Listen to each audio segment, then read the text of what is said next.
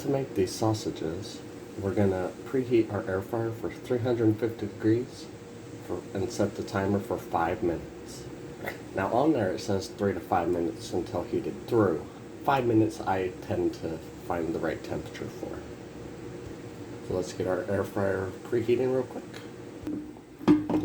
Once our air fryer is preheated, we will add our sausages.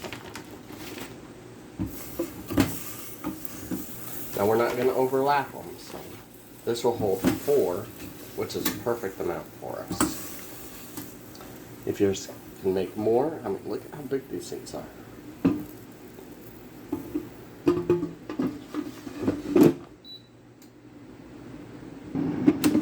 Halfway through, we will take our sausage and flip them over, like so.